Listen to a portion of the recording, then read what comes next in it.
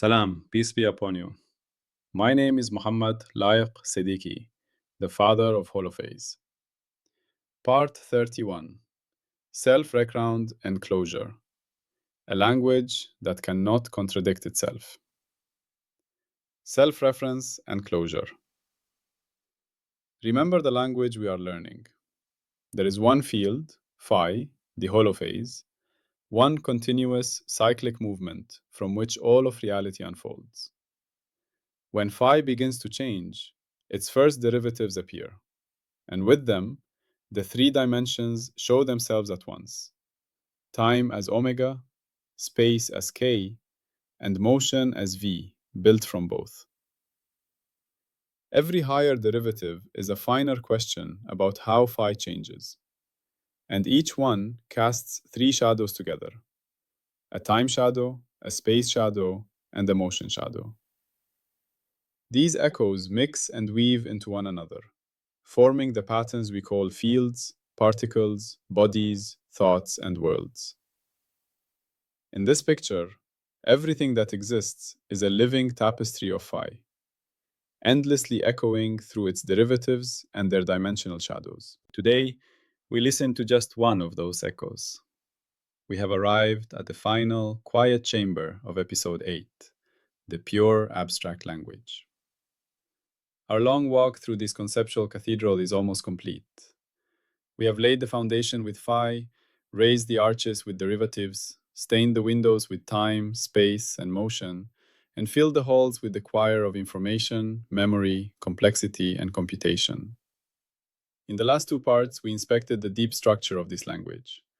We saw why it cannot speak contradictions, and why, in principle, it has enough expressive power to describe every coherent pattern that could exist.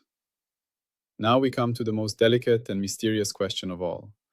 What happens when this language turns back on itself? What happens when phi tries to describe phi? When the storyteller becomes the subject of its own story? When the map tries to include a complete picture of itself inside the map? This is the theme of book 8.8, Abstract Consistency. And this is its final movement, part 31, Self-Reference and Closure. Today, we discovered that even a language that is both consistent and complete in its power to describe the world must still live with a beautiful and necessary limitation. It cannot fully capture itself from the inside.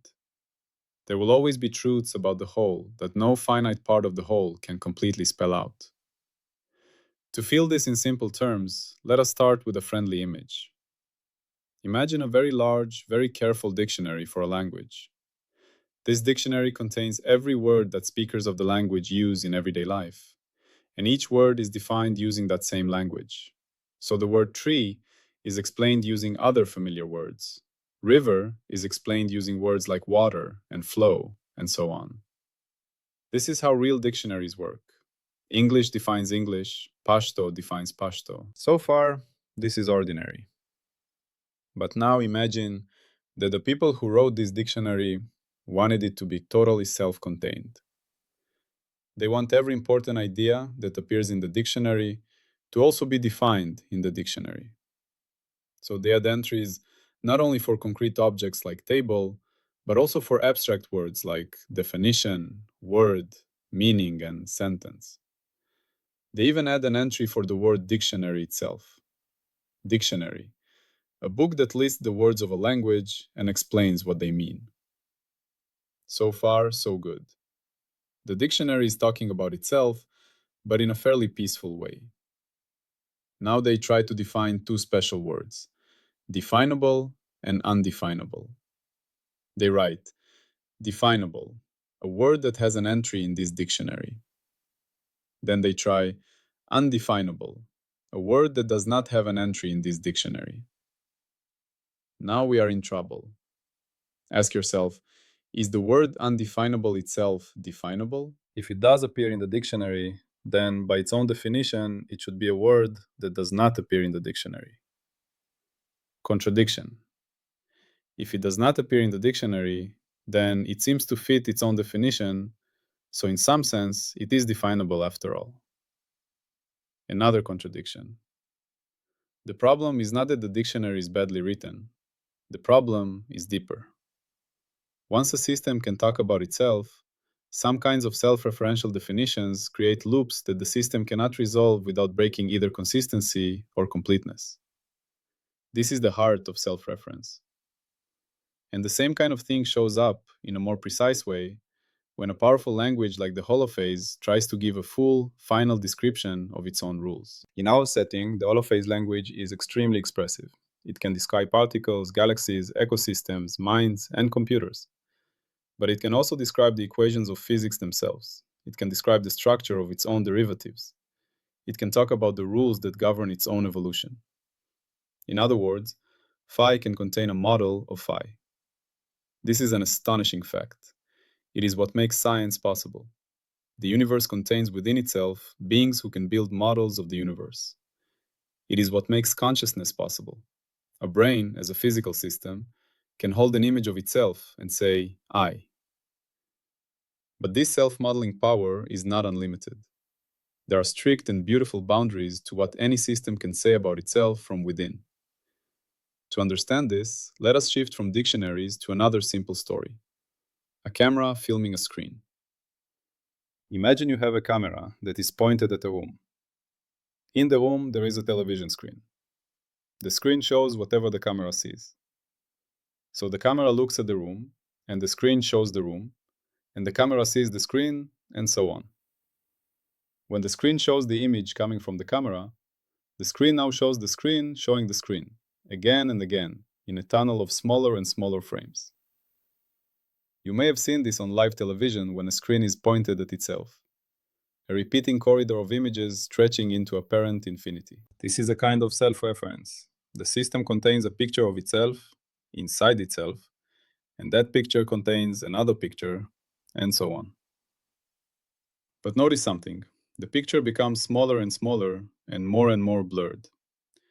No matter how sharp the camera is, you never get a complete, sharp, full-sized copy of the entire room, including the camera and the screen, repeated inside itself in perfect detail. Each internal image is a reduced, simplified echo. This is a visual analogy for what happens when the Holophase language models itself. Phi can encode the rules of phi. It can simulate its own equations. It can hold inside itself many partial pictures of its own behavior. But each internal picture is limited. It cannot be the whole thing again at full resolution. There is always some loss of detail, some simplification, some gap. Now let us connect this intuition to the heart of the scientific story. In the previous part, we introduced the ideas of consistency and completeness. Consistency meant the language does not tolerate true contradictions. You cannot have a configuration of phi that both satisfies and breaks its own grammar at the same time and in the same sense. Completeness meant any coherent pattern of time, space, and change can, in principle, be written as some configuration of phi. Together, these two seem to paint a picture of the Holophase as a kind of final, perfect language. But there is a third pillar, closure. Closure is the recognition that when the language turns inward and tries to write a complete manual about its own use and its own limits, it bumps into necessary barriers. It cannot produce a single finite book that lists every truth about itself without either missing some truths or contradicting itself. This is not just philosophy. It echoes some of the deepest results in logic and computation, such as Gödel's incompleteness theorems and Turing's halting problem. In very simple terms, Gödel showed that in any system powerful enough to talk about numbers and basic arithmetic, there are true statements that cannot be proven using only the rules of that system. Turing showed that there is no general method for deciding, for every possible program, whether that program will eventually stop or run forever. The Holophase language, by design, is powerful enough to encode arithmetic and computation. It can describe computers. It can describe itself. So these kinds of limits apply to it as well. Let us translate this into our story.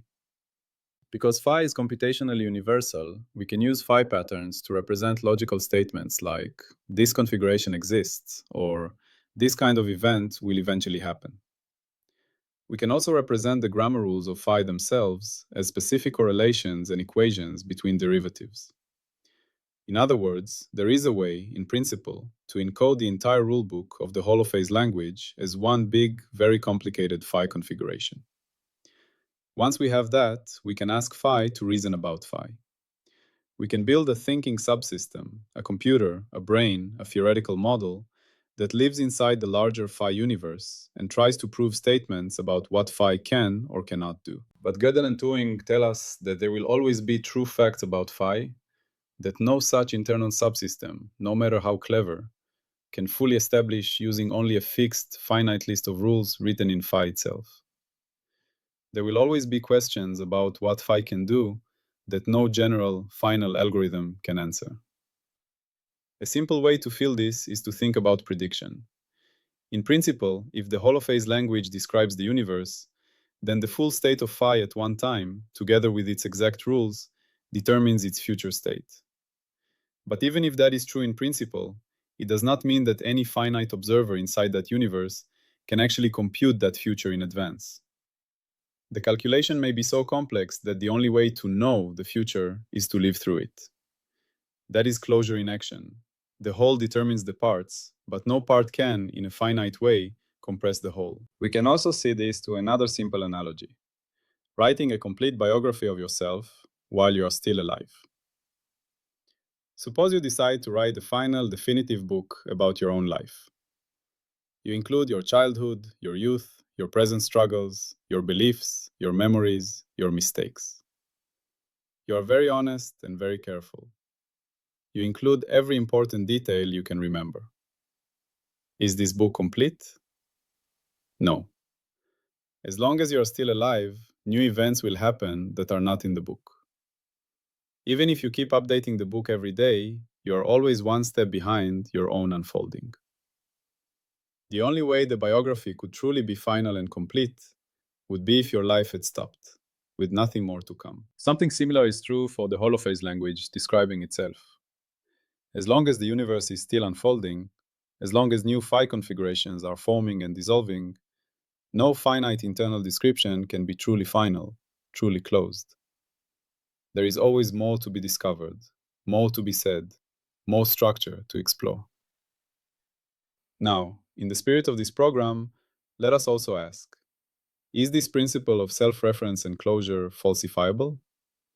Is it just a philosophical flavor, or does it make testable claims? At a very high level, the closure principle says there will never be a single finite theory written in the holophase language that both captures every physical truth and is guaranteed to be free of contradictions. If someone presents such a final theory and claims it can, in principle, answer every possible physical question, then our framework predicts that closer inspection will reveal either hidden inconsistencies or questions the theory cannot settle. We see hints of this already. Each time physics has produced a grand unifying theory, new phenomena have emerged that require extension or revision. Newtonian mechanics was extended by relativity and quantum theory. Quantum field theory works astonishingly well, yet when gravity and quantum mechanics are combined, deep puzzles remain. The holophase view suggests that this process of refinement will never end in a perfectly final, self-contained, all-answering rulebook. There will always be open problems, undecidable questions, and domains that require new ideas. This does not mean science is pointless, quite the opposite. It means science is an endless, living conversation with reality. Each theory is a more accurate phi model of a certain range of patterns. But no theory can be the last word on the whole. This principle also touches your inner life. Because you are a phi pattern that can think about phi patterns, you will always have aspects of yourself that you cannot fully see or formalize. Therapy, meditation, introspection, and dialogue can deepen your self-understanding, but there is no final, closed-form description of you that you can write once and for all. You will always be, at some level, more than your own self-concept. In practical terms, this is actually a gift. It protects you from being fully reducible to a simple formula. It leaves room for growth, surprise, and genuine change. It means that even in a lawful, structured universe, there is a sense in which the future is open from the inside. Let us gather these threads. First, the holophase language is consistent. It cannot describe a reality that violates its own basic grammar. Second, it is descriptively complete. Any coherent structure involving time, space, and motion can be encoded as a phi configuration. Third, it is closed under self-reference in a particular way. When it tries to produce a finite internal rulebook that captures all truths about itself, it necessarily leaves some truths outside that rulebook. From the inside of the universe, these limits appear as undecidable questions, unpredictable events, and aspects of reality that can only be known by direct participation rather than by abstract calculation. From the outside, if we imagine such a perspective, the holophase language is still one single coherent field. The whole of phi is what it is. The limitation lies not in phi as a totality, but in what any fragment of phi can fully grasp about the whole. This is a subtle but important point. When we say the language cannot completely describe itself, we are talking about descriptions generated from within using finite resources, following a fixed scheme of rules. The total pattern of phi, including all of its self-referential loops, simply exists.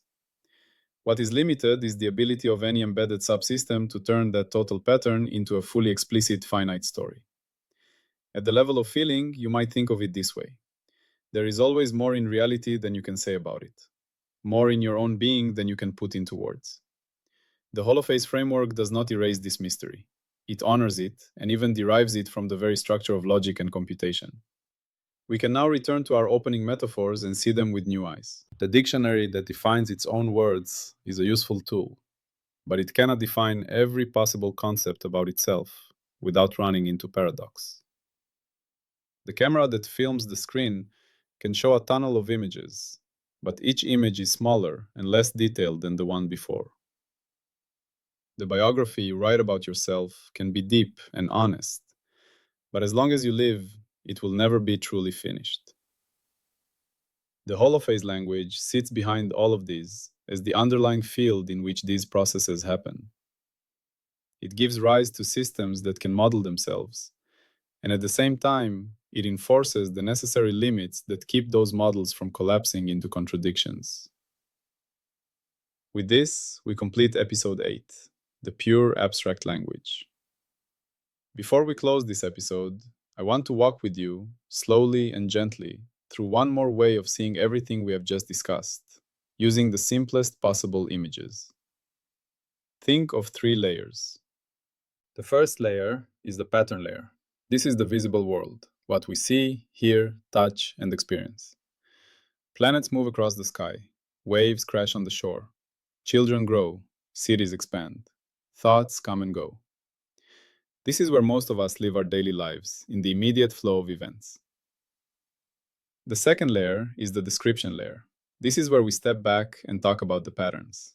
We create stories, we write equations, we build models. We say, the planet moves in an ellipse, or this illness follows this curve, or this person tends to react like that in this situation. Science, philosophy, and even everyday wisdom live here. In the holophase framework, this layer is made of phi descriptions, patterns of phi that model other patterns of phi. The third layer is the source layer. This is phi itself, the single field whose unfolding gives birth to both the patterns and the descriptions. In ordinary life, we do not see this layer directly. We infer it. We feel its presence as the underlying unity that makes the world coherent and intelligible. Self-reference and closure live in the relationship between the second and third layers. The description layer is made of patterns in the same substance as the source layer. Phi uses part of itself to describe itself. A brain made of phi builds a theory of a universe made of phi. A scientific community made of phi fields writes textbooks about the laws of phi. The completeness result tells us that this is possible in principle. Any coherent pattern we find in the first layer can be written in the second layer using the language of the third. The closure result tells us that this process will never reach a final, absolute, once and for all description that includes every truth about the third layer inside the second. We can also understand this through the lens of inside and outside. Imagine a very large, beautiful painting hanging in a gallery. If you stand far back, you see the whole painting at once: the composition, the colors, the balance. This is like an outside view. If you step very close, so close that your nose is almost touching the canvas, you see tiny regions of color, the texture of the brushstrokes, the weave of the cloth. This is like an inside view. Now imagine that a small figure inside the painting becomes aware. This painted figure wants to understand the painting it lives inside. It begins to draw maps. It talks to other figures. It studies local patterns of color. Over time, this figure builds a very impressive internal theory of the painting. Maybe it learns to predict local changes, like when new paint is added or when the lighting in the gallery changes. But no matter how good its internal maps become, the figure can never literally step outside the painting and see the entire work from the perspective of the gallery wall. It cannot see the frame. It cannot see the other paintings. Its understanding is always the understanding of a part, living inside the whole. In the Holophase picture, we are like that figure. We are inside the painting of Phi, and we are made of the paint. Our theories, our mathematics, our sciences are incredibly powerful internal maps. They tell us a lot about the local structure of the painting. They may even accurately describe vast regions of it, but they are still internal. They can never reduce the whole painting, with its frame and its context, into one final sketch held in the figure's hand. Self-reference is the figure drawing a picture of itself while it is drawing. Closure is the recognition that the full painting, including the figure and its drawing and the act of drawing, can never all be fully contained inside that same small sketch. You can also feel this in your own inner life. Think of a moment when you try to fully understand yourself. Perhaps you are reflecting on a pattern in your behavior, something you do again and again in relationships or in work. You may have had an insight. I react like this because of that memory. Or, I keep choosing this because I am afraid of that. In that moment, your mind built a model of itself. Part of you became a scientist, and part of you became the subject of study. That insight may have been accurate and deeply helpful. But even after the insight, you remained more than your explanation. Later, you may have discovered another layer. My earlier explanation was true, but incomplete. There is also this other reason, this other influence. The self kept revealing new depth. This is closure in direct experience. You can know yourself more and more, but you can never stand entirely outside yourself and see the full whole at once. There is always a remainder that can only be lived, not fully described. The Holophase language builds this humility into the structure of reality. It says, yes, the universe is a single field. And yes, that field is lawful.